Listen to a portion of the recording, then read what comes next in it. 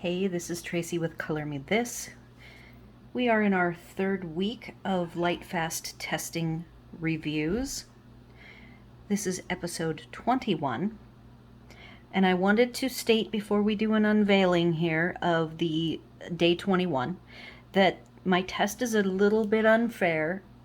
It is not museum conservation behind glass, UV protected, so this is like all out, which means it is possible on the Polychromos and the Lightfast testing page we might see some movement on the colors. So let's start with the prang. I just wanted to put that out there that I'm giving it a really unfair test. I will be soon, hopefully, adding a couple more products. I only have one side of the door that gets the most sun, and the panel I have these on, I don't think there's room enough for one more panel above. So I'll have to decide to swap out one of these colors or one of these test sheets for a different brand, because I would love to test all of the brands that I have. All right, so I am going to, so remember that the first week with the Fixative page, I had remarked that I was not sure if I had put enough Fixative on. So I went ahead and added a second coat of Fixative at the end of 7 days. So now we have 14 more days added, and I am definitely seeing, hopefully you can see this as well, you could zoom in. I will actually have photos at the end. I always do photos at the end if you haven't figured that out. That's kind of my thing, so that you can zoom in and do a really close inspection. So I am seeing now, comparing the Fixative to the non-Fixative, that these three purples, these two pinky reds, all have a decided lightening. That purple wants to lighten. I can see it a little bit on both sides. This turquoise, I would call it, has a little fading. In fact, all of the blues have a, like, I can see a line down through most of the colors now. Over on the right side, though, things are looking pretty good. I see a little bit of fading in this, the orange and this mauve color. Over on the Fixative side, I'm gonna say I don't think I see any additional lightening from that first week, so I probably did not put enough Fixative on. This left side here has a little bit of a line, but the right side, just a tiny bit of a line in the pinks and purples. Again, so it's like this pink down through this purple is where I see a line, and then only on the light yellow.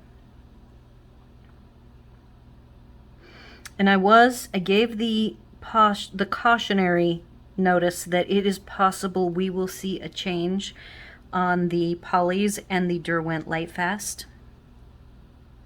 But so far I see zero change. No change to the colors at all. All right, so I will keep continuing a weekly check-in. I'm just curious how light the praying without Fixative is going to get. I will also consider looking at my space available and see if I can put up another color.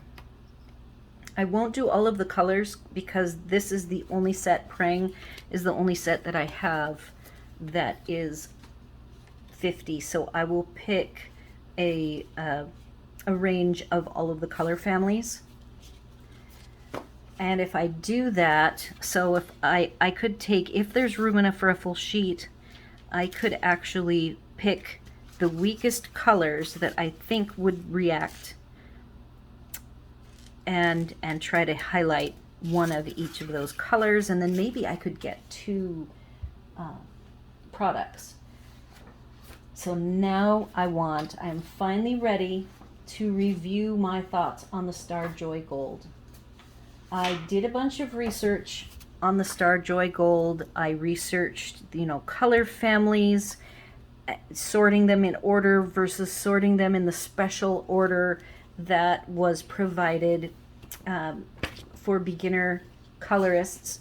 There were two weaknesses I saw, and that was one, the three color blends did not do so well. In fact, I need to pause because I did not grab I wanted to show you guys that the three color blends aren't the best, but I do want to say that I personally, early on in the whole three color blends with the Copic markers, I never found, for me personally, a three color blend was enough. I mostly did 5 color blends. In order to get the lightest light and the darkest dark in there was just no way to do that with 3. So I can't say I'm surprised by that. So I'm going to pause and go grab my sheet, because then I went from there and I created what I consider to be complete blends. And I found overall that the Star Joy Golds blended beautifully. There are people who say they don't blend, and I'm going to say, nope, they blend. You just have to probably put a little bit extra time in to get the blends to get going.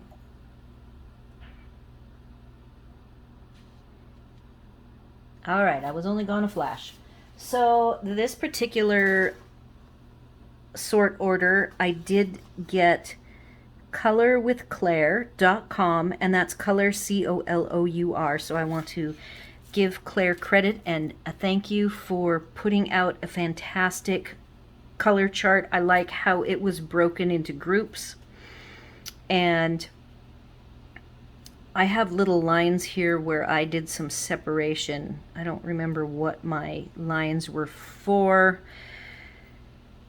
I did miss the color numbers. I needed the color numbers, not just the names.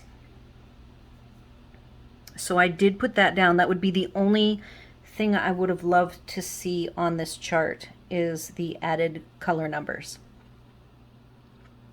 Color numbers on this set are a little confusing, but any of the sets that just have just a number, it's whether or not you get to know it by the number or the name, it's just nice to have I just use it as a shorthand. It doesn't matter to me if it's a number with numbers and letters and a dash or without a dash. So the swatch, let's see if I can show you the swatch. On the paper provided, this is it is a matte finish. It is thin, and I found that the colors were a little bit light.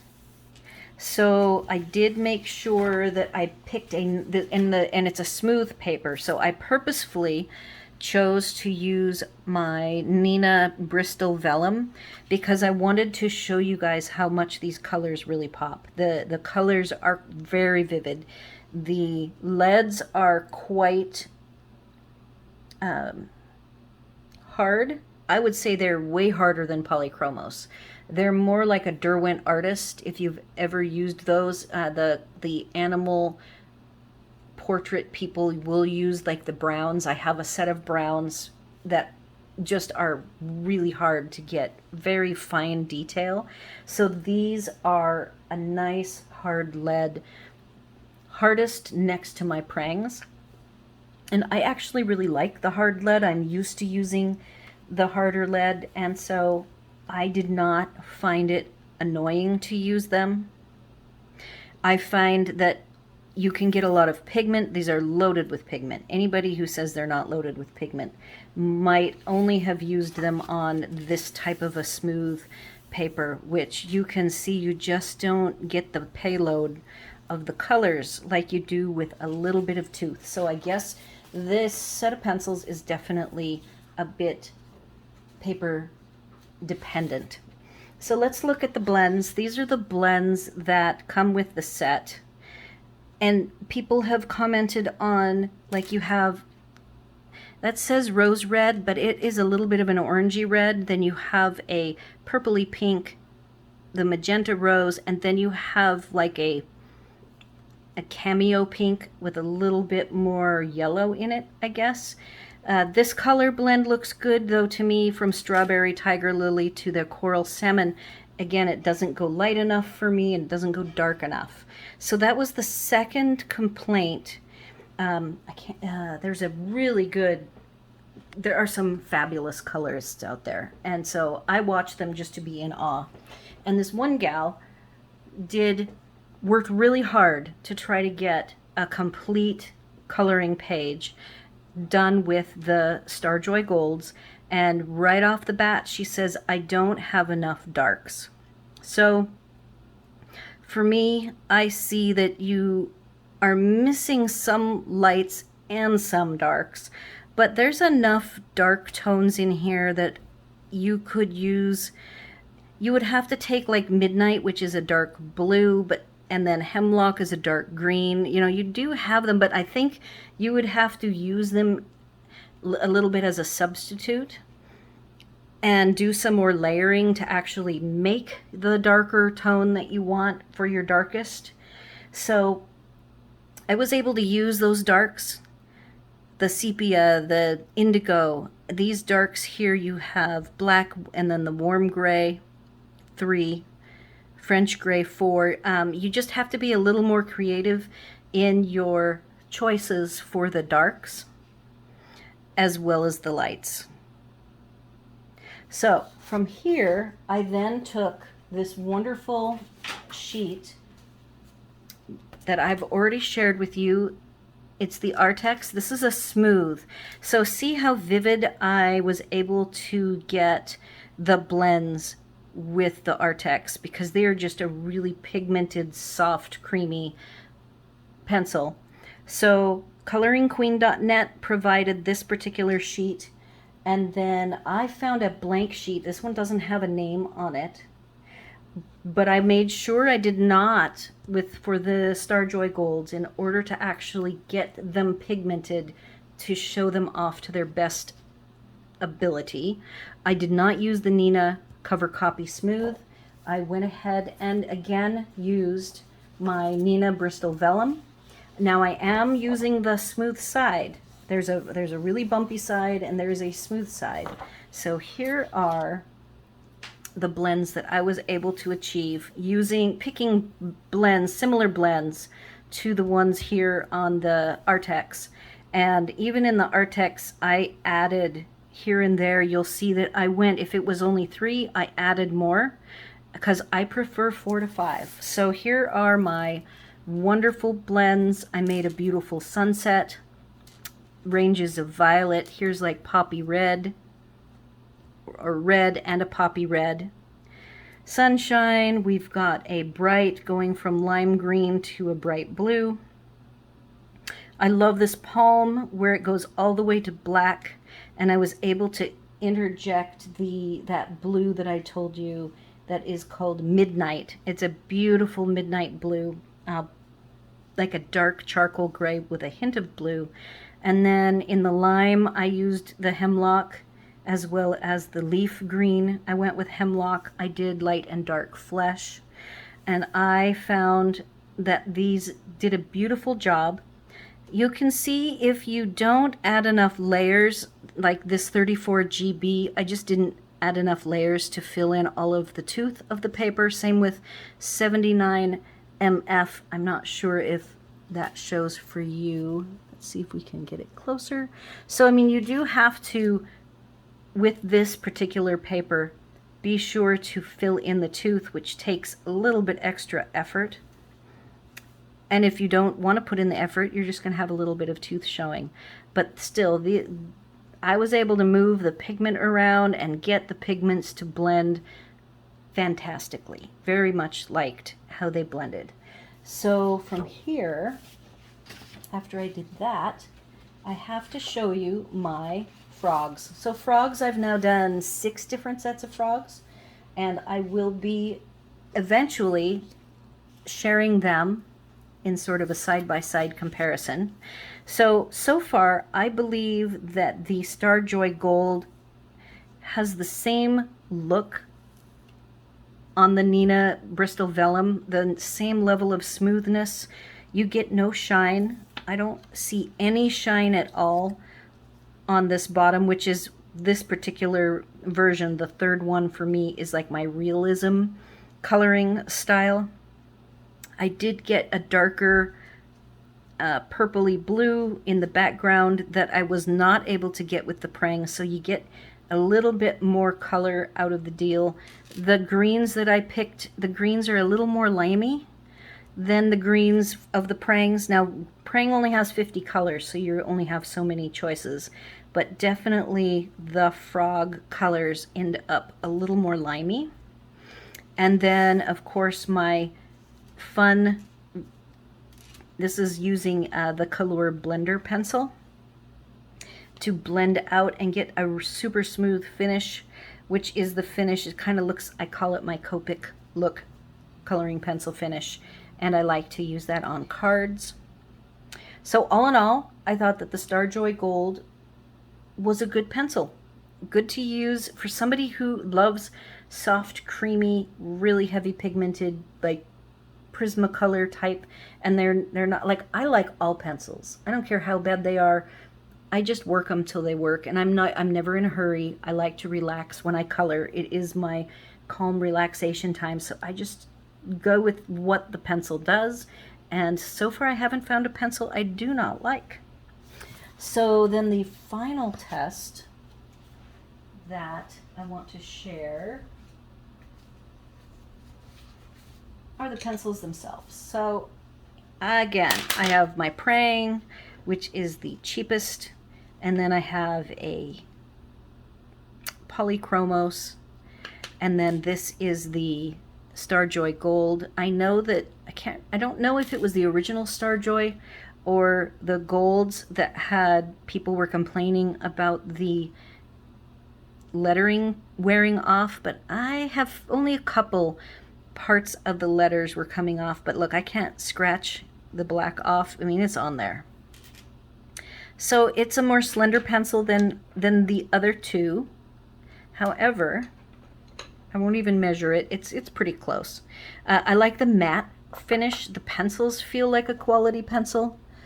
And then I want you to see that the core, unlike with the Spearer Farben where the core was smallest, the core is actually, I feel, looking through here, it is definitely bigger than the prang. The prang is a 3.3, and the Polychromos, I believe it might say 4. It's either 3.8 or 4. And I would say that the Starjoy Gold, if you just want a higher amount of lead, the largest amount of lead, there's a lot of lead in the Starjoy Gold pencil, just comparing it between the Polychromos and the prang. So the prang is this one on the left, and the Starjoy Gold is the one on the right with the poly in the middle. So I didn't have any problems sharpening at all.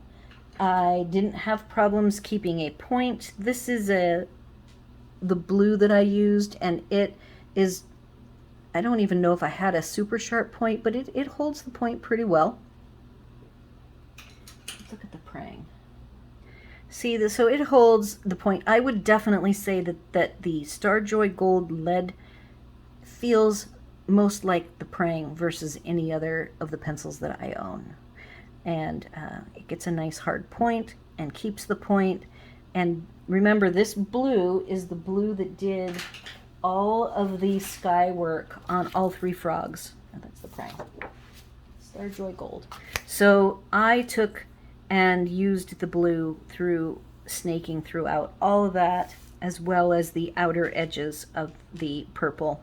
And one thing I'm thinking of doing with when I'm done, although I'm not sure, you guys, if you have an opinion, I'm tempted to do a good blender. So I own, what I think is the best blender is the Fulbright. This is from Caran d'Ache, and this, I have these.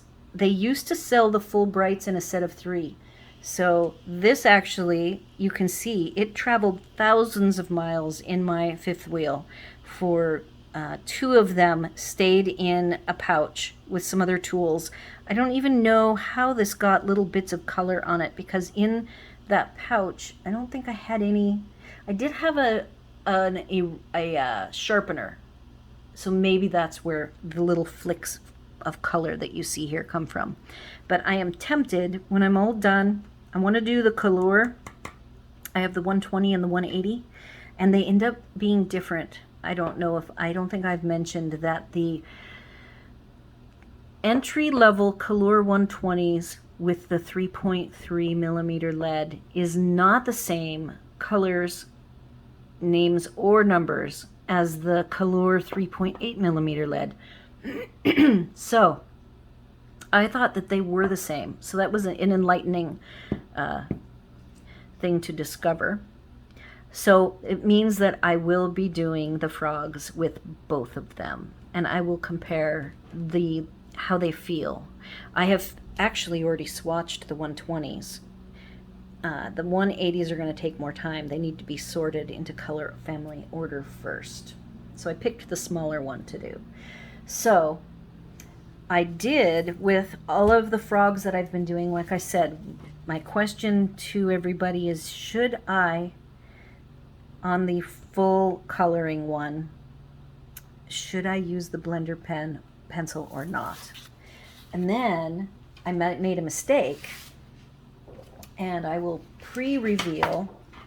I was curious, after spending so much time with the economical pencils, what would a Polychromos feel like? I mean, I had only used Polychromos pencils for, I don't know, 4 years before I even started thinking of like collecting the economical pencils to eventually have a coloring class, which is kind of like a personal goal of mine, to help colorists learn to color and be able to share my materials with them. So after spending all of this time, maybe the last year, using for the most part the economical pencils, I pulled out the Polychromos and I started to work on the frogs. And the first thing I did was mistakenly print this page of frogs out on the rough side. So as I'm coloring through, I started to do the realism one because I was curious. I'm like, wow, this is really bright. So then I realized, oh, I printed this on the wrong side. So here are the Polychromos frogs on the smoother side. And we'll just focus. So look at the difference in the colors. I will also say that I had to change a color. On this one, I used a color called dark phthalo green. And that's why this frog looks just really vivid, because that color was just too bright. So I did swap out dark phthalo green for pine green, because this was supposed to be dark. It even said dark phthalo green, so it kind of tricked me. And even seeing it here, it looks pretty dark, but it was not dark enough. So I did go and pull pine green, and I actually do have, I see where I have put some pine green in here to finally get it to the depth that I wanted in color. Again, I like my lighter lights going all the way to the very dark darks. So this one, I won't do it today. I will be taking, just for curiosity's sake, I'm going to take my full bright blender pencil for sure on this Polychromos frog. I'm just curious what the behavior will be and if I can get rid of all of the tooth that's showing through. Because again, I used lots of light layers on these frogs and did remove a lot of the tooth from showing. I think actually between the three, let's get these all showing here. Between the three, the Polychromos has the most tooth showing. Second is the Starjoy Gold. Third is the Prang. So anyhow, in another video, I will just for fun take the full bright blender to that Polychromos that's on the rough tooth. And hopefully when I showed this frog, I gave you a good view of it. If not, here it is, and here are my color choices. Very vivid. The Polychromos still, to me, is actually quite a creamy pencil, especially compared to the Prang and the Starjoy Gold. So that is all I've got. I appreciate all the new subs. I appreciate all of the great comments. Please keep them coming. Do all of the YouTube things, like, comment, share, and subscribe. And as always, thanks for watching.